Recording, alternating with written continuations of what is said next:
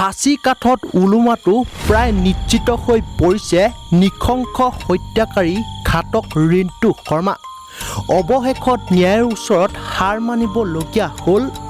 21 আগষ্টত ধেমাজি নগৰৰ মাজমজিয়াতেই তাৰে ঘপিয়াই চৰম নৃশংসতাৰ পৰিচয় দিয়া নৰপিশাচ ৰিণ্টু শৰ্মাই হয় ঠিকেই শুনিছে, মানৱীয়তাৰ নিদৰ্শন দেখুৱাই নন্দিতাৰ আত্মাৰ লগতে নন্দীতা শইকীয়াৰ পৰিয়ালটোক ন্যায় দিবলৈ ধেমাজিবাসীৰ 15 গৰাকীকৈ ব্যক্তিয়ে সাক্ষী দিবলৈ ওলাই আহিছে।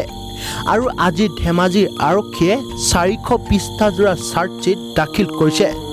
গতিকেলৈ মহামান্য আদালতে যাতে এনেকুৱা নৃশংসতাৰ পৰিচয় দিয়া দোষীক সোনকালে উচিত শাস্তি প্ৰদান কৰি নৱপ্ৰজন্মই যাতে ইয়াৰ পৰা ভাল এটা শিক্ষা পায়, তাৰ বাবে আমাৰ ফালৰ পৰা বিনম্ৰ অনুৰোধ জনালোঁ।